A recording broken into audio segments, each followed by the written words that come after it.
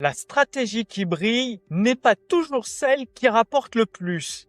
Et c'est précisément là que beaucoup d'entrepreneurs se font piéger. Parce qu'aujourd'hui, vous êtes sollicité en permanence. Chaque semaine, chaque jour, parfois toutes les heures, quelqu'un vous présente une nouvelle méthode, un nouveau hack, une nouvelle opportunité, une nouvelle stratégie censée augmenter vos ventes, votre visibilité, votre crédibilité ou votre autorité. Et souvent, tout semble séduisant.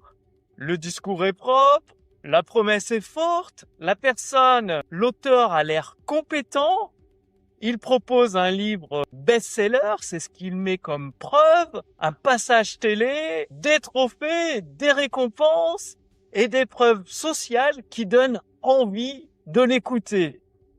Et naturellement, vous vous dites, peut-être que c'est ça qu'il me manque, peut-être que c'est cette stratégie qui va me permettre de réussir. Ce réflexe est parfaitement compréhensible. Parce que quand vous dirigez une entreprise, vous cherchez des leviers, des effets de levier puissants pour avancer beaucoup plus rapidement. Et bien sûr, vous voulez éviter de passer à côté d'une méthode qui pourrait changer vos résultats du tout au tout. Vous voulez être reconnu, mieux compris, mieux perçu. Et le problème, ce n'est pas votre ambition.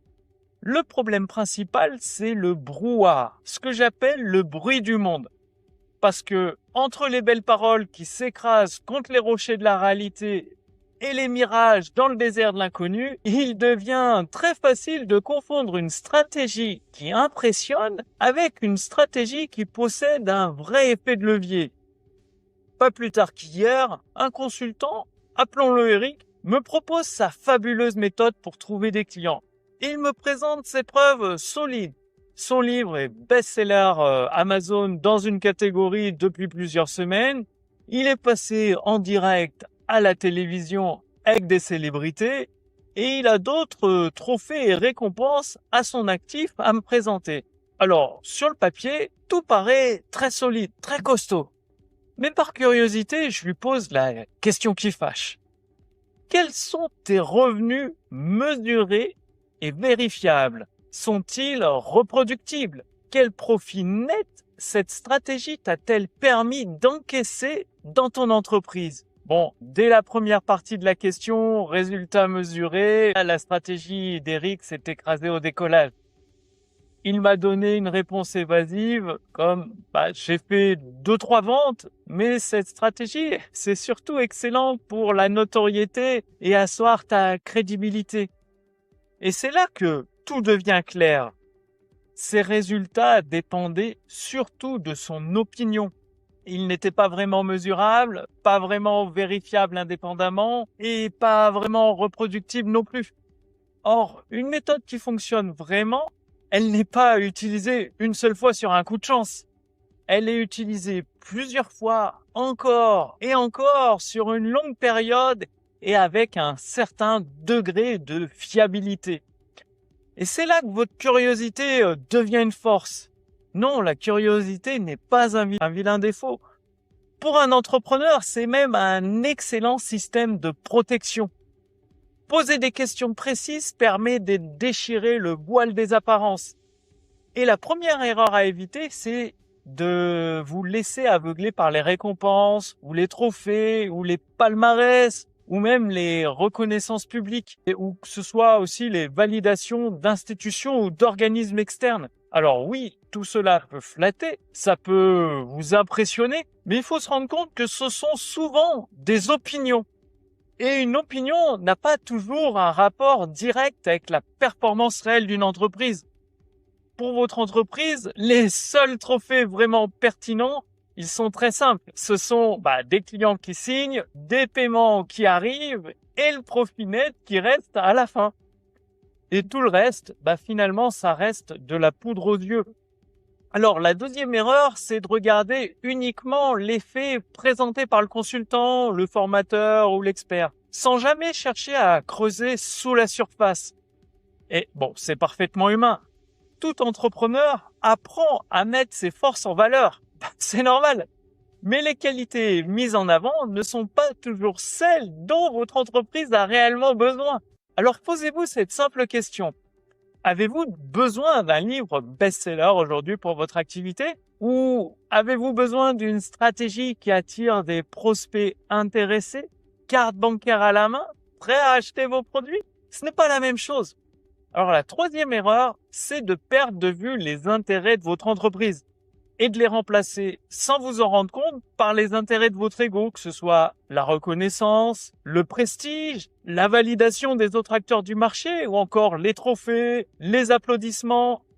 Et il faut savoir que cette erreur arrive plus souvent qu'on ne l'imagine.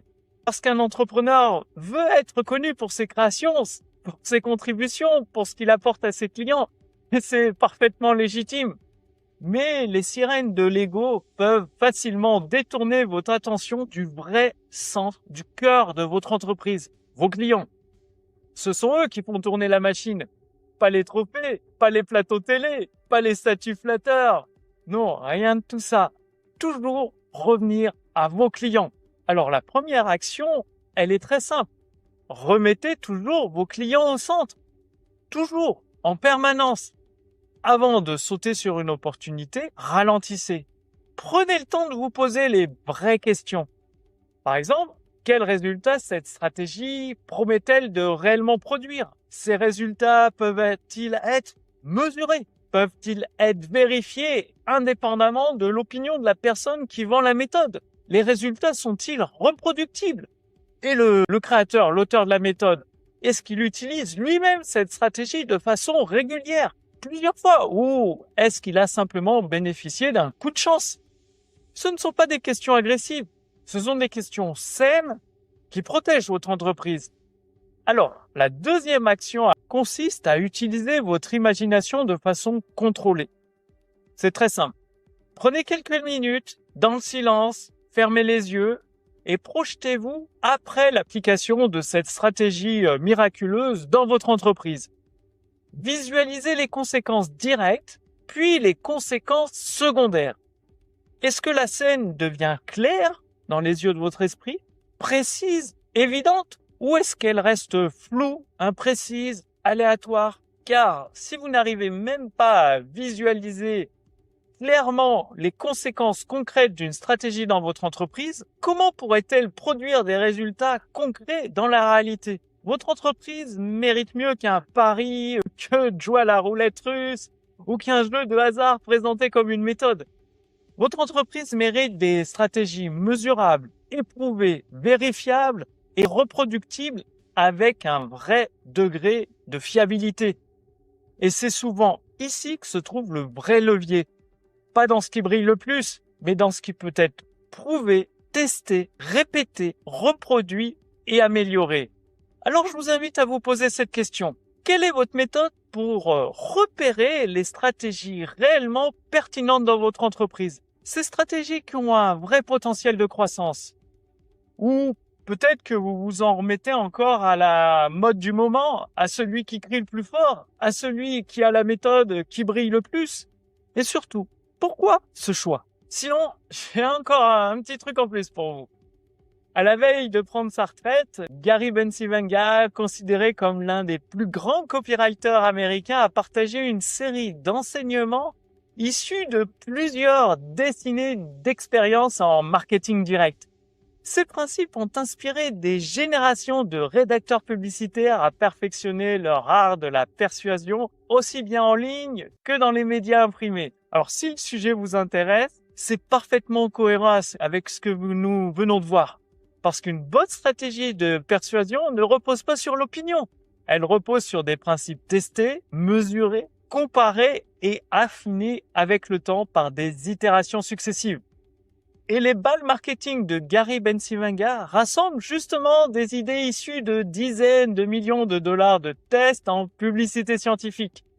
Des idées capables, dans certains contextes, d'augmenter fortement les conversions quand ces stratégies sont bien utilisées. Alors vous pouvez découvrir une sélection de ces principes clairs et intemporels dans le lien dans la description sous cette vidéo, donc www.marketingbullets.fr. Quant à moi, je vous donne rendez-vous dans la prochaine vidéo. À très bientôt. Salut!